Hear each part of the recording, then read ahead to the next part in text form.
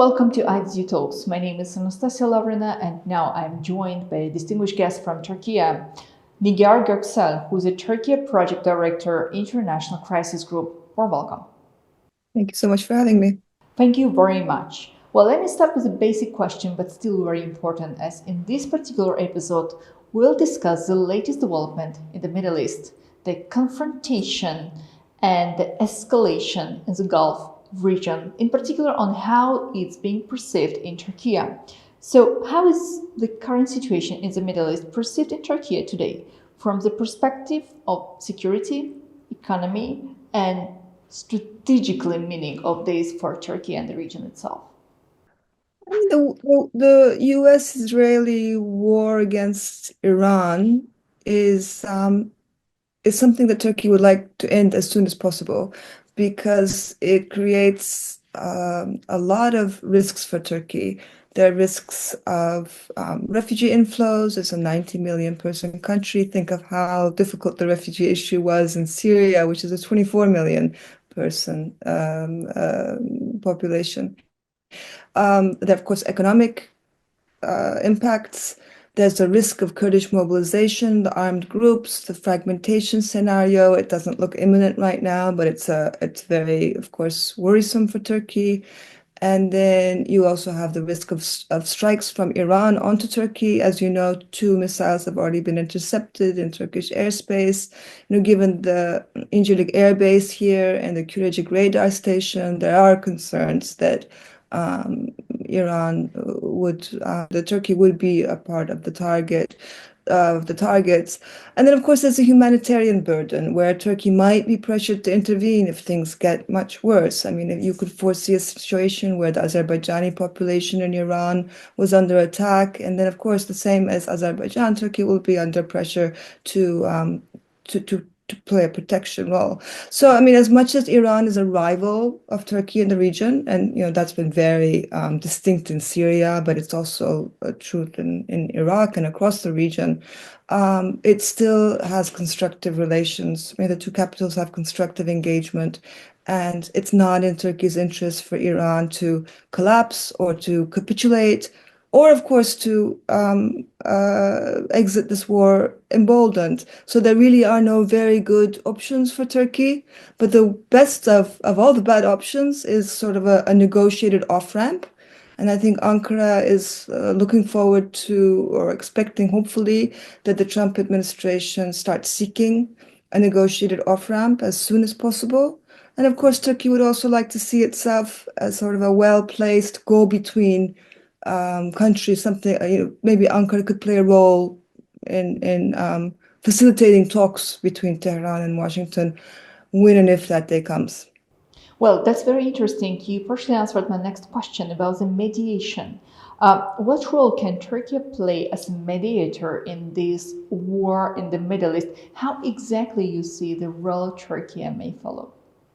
Well, Turkey was playing a type of facilitation role before the war broke out, at least like a go-between role, or trying to play a more distinct one. As you know, Turkey tried to bring Pezeshkian and Trump together in Istanbul. Turkey tried to host a regional format where the other Gulf countries would also join, I think Egypt as well. So a broader regional format for the talks. Iran didn't want that to take place, and therefore the talks were moved to Oman in a sort of more narrow nuclear-focused format. So I think what Turkey foresees is that because it isn't really drawn into the war as much as the other countries that are in the sort of fire of Iran, Turkey will still be able to have open channels with Tehran. And there's a positive relationship between Trump and Erdogan. So I think from Ankara's perspective, it is well placed to bring the parties together in some format or another, whether it's mediation is another story, but at least to be a go-between, to play a go-between role.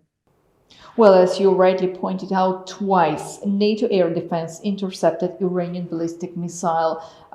Then we can also remember the drone attack launched from the territory of the Islamic Republic of Iran on Nakhchivan Autonomous Republic of the Republic of Azerbaijan. So, how serious is this development? What does it signal about the risks of escalation for the region itself, for Turkey, and if any further attack against Turkey or Azerbaijan happen, what will it mean for the region?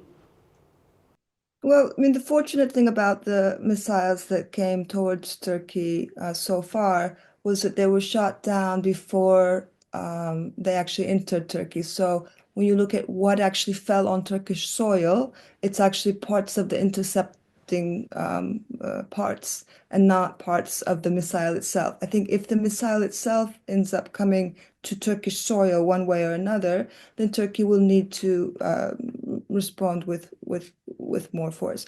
I think Turkey would like that not to happen as much as possible. Turkey would rather, it could choose to escalate now too, but Turkey's making a sort of conscious decision not to do so. I think Iran, as much as Iran has said that these missiles were not shot by themselves, it seems like they did come from Iran's soil. Of course, there's a little bit of a command control issue in Iran right now. So I think Ankara has chosen to not overplay, not play up so far. But there are risks, of course, and which is another reason why Turkey would rather not go down that route. Another kind of pressure that Turkey might face is that if the war continues escalating, so it becomes protracted, Turkey can also be under pressure from Washington to play a more supportive role, which is, a situation Ankara does not want to be in. So again, it's bringing me back to the point that, the continuation of the war has absolutely no benefit for Turkey, and therefore the off-ramp is what's being sought. So this suggests that Turkey continues to maintain a delicate balance between Washington and Tehran. Uh, Turkey is still a member of NATO, but purchasing the non-intervention policy in this particular escalation, quite similar to what Azerbaijan is doing from the official point of view, from the official sources, it will say that Azerbaijan will not allow to any country to use its territory against the third countries, right? Exactly. I mean, there are some similarities, even though there are some differences. There are some similarities between Azerbaijan and Turkey's approaches. Both of them would prefer stability. Both of them have important connectivity projects that they're invested in. Obviously the middle corridor, but Turkey also has sort of ideas of a development road, of a route that would go through Iraq to Turkey. And to the extent that this war spills over borders, it's going to Turkey has a 530-kilometer border with Iran. Azerbaijan has a border with Iran, and they both have kinship relationships with the Azerbaijani population in Iran. The same types of pressures, in a sense, uh, might inflict both of them. So I think they have a shared interest in the war not becoming protracted. Are there any concern that instability could spill over into the South Caucasus, in particular? I mean, here the Azerbaijan and Armenia, as two countries proceed with a peace plan, with a peace agenda, working together on the development of infrastructure and logistics in the region, including the projects like Zangezur Corridor, or as it's also being called, TRIP. What are the implications?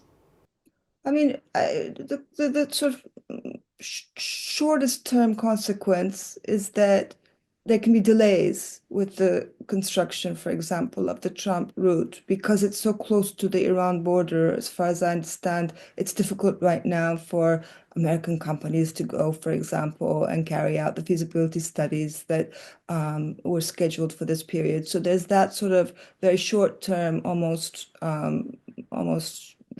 certain impacts. In the longer term, it really depends on when and how the war ends.